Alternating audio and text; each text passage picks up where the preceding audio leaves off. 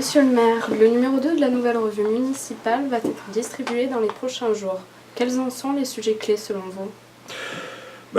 D'abord, il y a les quelques pages sur l'échange citoyen, qui est une nouvelle forme de concertation. Nous exerçons la vérité et la transparence là-dedans, et la concertation avec nos concitoyens. Puis il y a aussi quelques pages sur l'exposition 14-18, avec cette fameuse exposition qui était extraordinaire et pour laquelle on remercie les bénévoles qui ont travaillé pendant de longs mois là-dessus.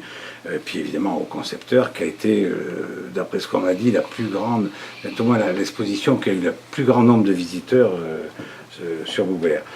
On parle aussi du PLU, de la modification du PLU qui est à l'enquête publique en ce moment. Et puis nous parlons aussi d'une chose qui me paraît importante pour moi en tout cas, qui est la base de la concertation, qui est la formation des conseils consultatifs de quartier, qui vont permettre, il y en a 7, de parler des problèmes locaux dans les quartiers. Dimanche dernier, les habitants de Bouc-Bélair ont été conviés à répondre à 2 questions lors d'une consultation publique. Pourriez-vous nous en commenter les résultats?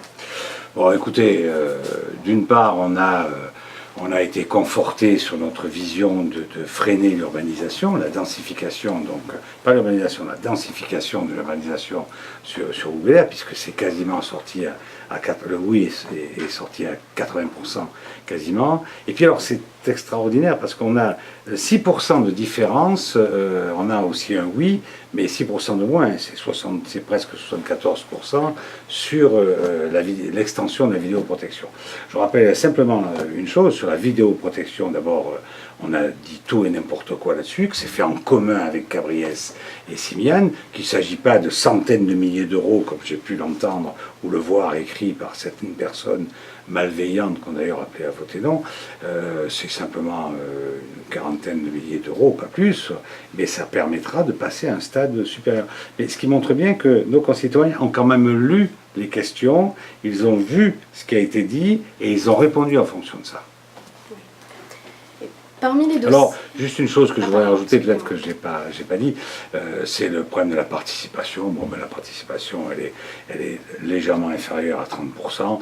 J'aurais préféré que ce soit plus, mais vous savez, les Français, et les bouquins en particulier, les Français en général, n'ont pas l'habitude de ce qu'on appelle en Suisse la votation, où on a une question qui est posée à l'ensemble des électeurs du canton, qui est quelquefois un point de détail.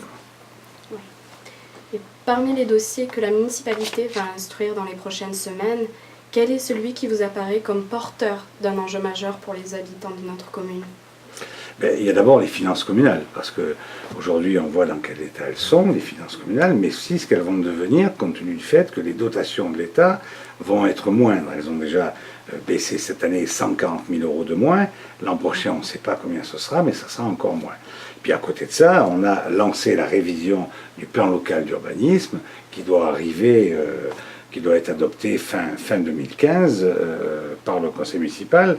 Et puis évidemment, on a le problème du pôle jeunesse qu'on est en train de finir, avec ses accès, avec tout ce qu'il y a autour, le mobilier qu'il faudra acheter pour mettre à l'intérieur. Bon, pour moi, c'est un dossier important parce qu'il a tendance à être un peu lourd dans les finances communales, mais même à apporter aussi, malgré le fait qu'on ait choisi de mettre un maître d'ouvrage délégué. Et enfin, avec les 2 autres communes de Simiane et de Cabriès, on passera à l'autre stade de la vidéoprotection, c'est-à-dire qu'on va rajouter des caméras, mais aussi, surtout, on va mettre au point un centre de surveillance urbaine, comme d'ailleurs on le retrouve à Gardanne ou à Vitrolles, soyons clairs. Donc voilà, je vous ai cité deux communes qui ne sont pas de la même majorité que nous, hein, mais vous voyez que là aussi on a un centre de surveillance urbaine.